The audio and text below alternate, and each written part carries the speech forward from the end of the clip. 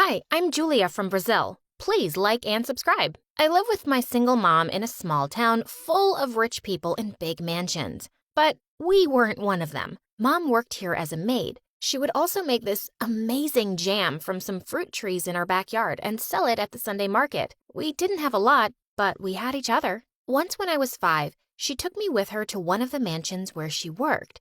As I waited for her outside, 2 girls my age came out and started playing with the most beautiful dolls. I asked if I could join them, and we were having a really good time when suddenly a woman came out and started shouting, "What are you doing with this girl? You'll catch lice from her." What? I don't have lice. You can check my head, see? Ew, get away from me. You two, come inside right now.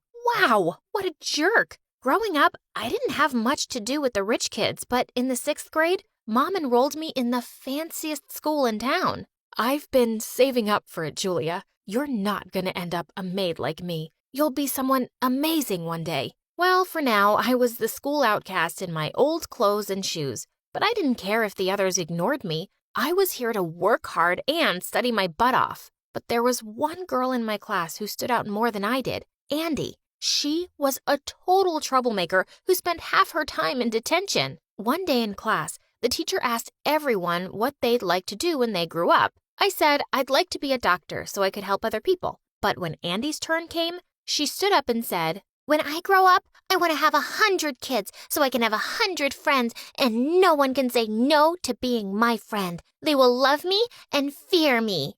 That's a really silly answer, Andy. Fine, I'll become a gangster then. If I can't be loved, I will be feared. And with that, she jumped onto the table and started doing some weird karate moves as everyone started laughing. The teacher sent her off to the principal, and she just left grinning. A few weeks later, there was a festival in town, and Mom and I decided to set up a stall to sell her jams. Andy came over, and I asked her what she'd like to buy. "Oh, I never buy anything. I either steal it or take it for free." And she just stuck her hand in a bottle and started eating it with her fingers.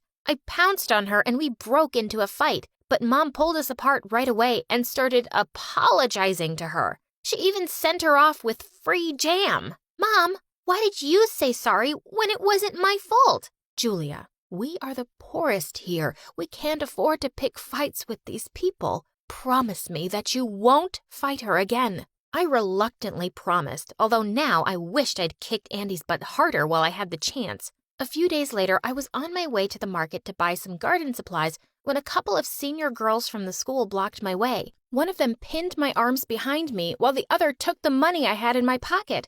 They pushed me to the ground and started running. As I chased them, someone whizzed past me on roller skates and flew right at them, knocking them both to the ground. It was Andy. "How dare you bully my victim? Only I can bully her. If I ever see you bothering her again, I will hunt you down and kill your entire family and your cats. No, wait, cats are too cute. Just your ugly family, then." The girls got scared and ran away, and I was shocked that Andy had defended me. Thank you, Andy. I really hadn't expected this from you. "Shut up, loser, and don't tell anyone that I saved your sorry butt. I don't want my reputation ruined." And with that, she skated away. But I knew now she wasn't as bad as she pretended to be. So the next day at school, I sat with her at lunch and pushed an extra sandwich towards her. She looked really surprised, then picked up the sandwich and started eating it. "You're poor and your mama's ugly." "Oh my God, what is the matter with you?" "Whoa, calm down. Friends joke with each other, right?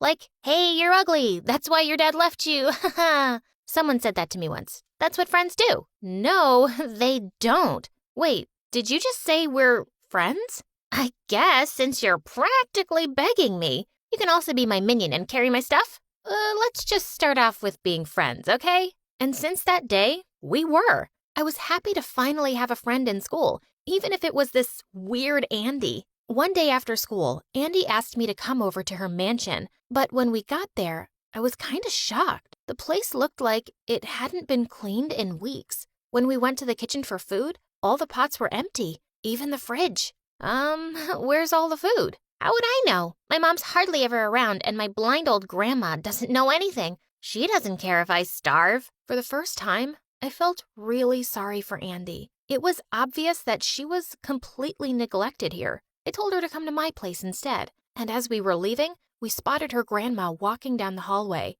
Andy called out to her, "Hey, oldie, how long will you live? You've already been around for a century and you do nothing except finish all the food. It's time to go now." Her grandma yelled angrily and charged at us with her walking stick, but we ran off giggling before she could catch us. And since that day, I started inviting Andy often to eat with us at my house.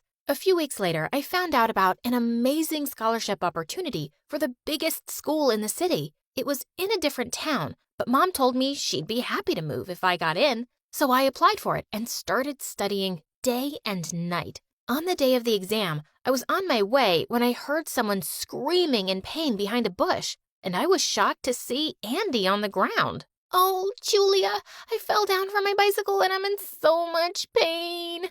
I'm sure I've broken my ankle. Please help me and take me home. Oh, God, I can't believe I'm going to die before my grandma." Geez, Andy, stop being so melodramatic. You'll be okay. I got you. Lean on me. I was getting so late for my exam, but I just couldn't leave Andy alone in pain. I took her home and then ran to the exam venue like crazy. But when I got there, I was told that I was late and couldn't sit for the exam. I was devastated, but Mom consoled me when I got home and said there would always be other chances. The next day, I thought I'd check up on Andy, and Mom came along. But when we entered her gate, I was stunned to see her playing football. Her ankle seemed perfectly fine, and I was furious. "You witch! Yesterday was all an act, wasn't it? You weren't hurt. You just wanted me to miss my exam. Why? How can anyone be such a big jerk, Andy?"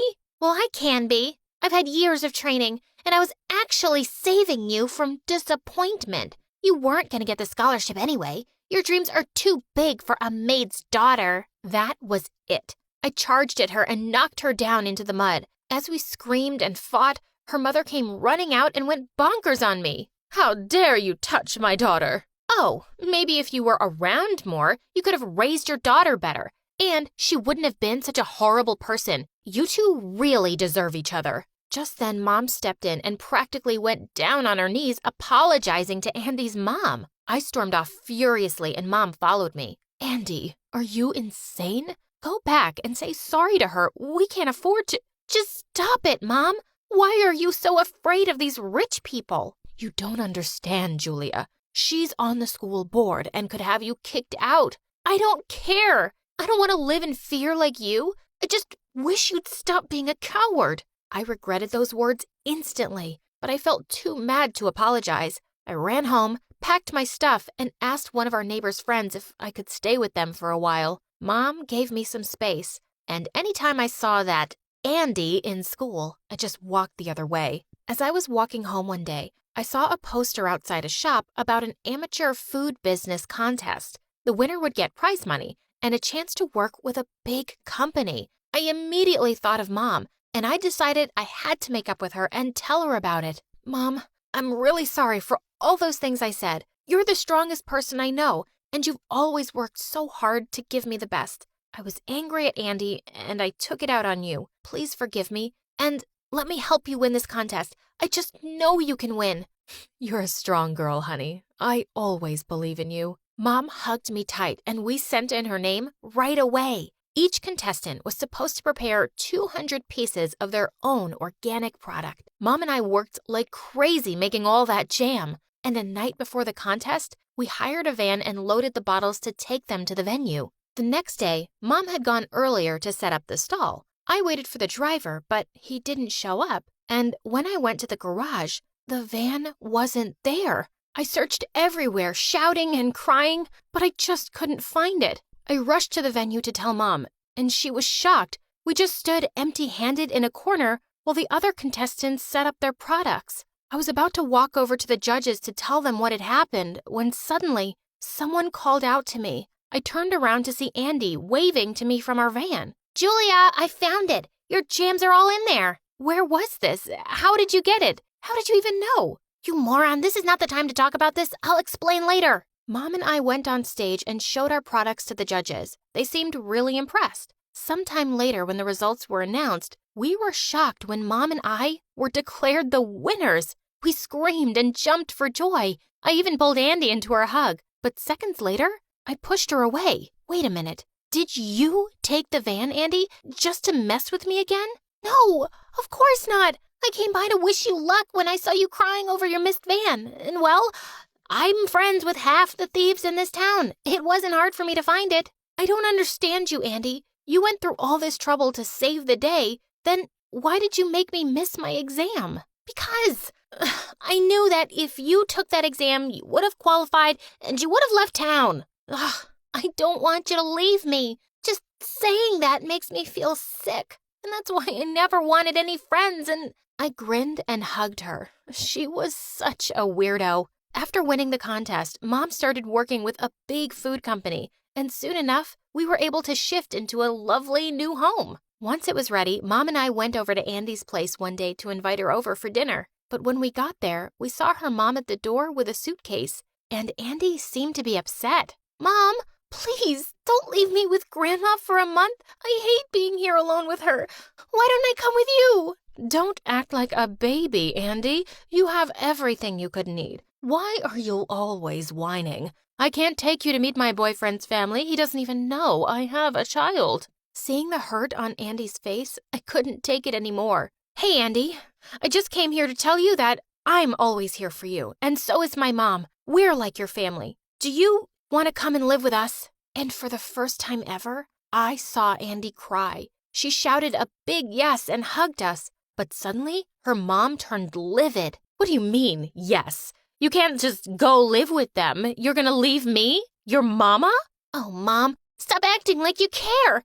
You should be relieved. Don't worry, I'll check up on Grandma, and I'll come see you every 3 months. That should be enough for you, right? Ciao. And with that, we left. When we reached home, I took Andy to her very own room. From now on, this is yours. We'll get all your stuff and set it up. And if you need anything, just ask. Later that night, when I was sleeping, I suddenly screamed when someone jumped on my bed. It was Andy. Scoot over. I'm sleeping here. But you've got your own bed. You said I could have anything. Ow! You just kicked me. I hate you, Andy. I love you too, Julia.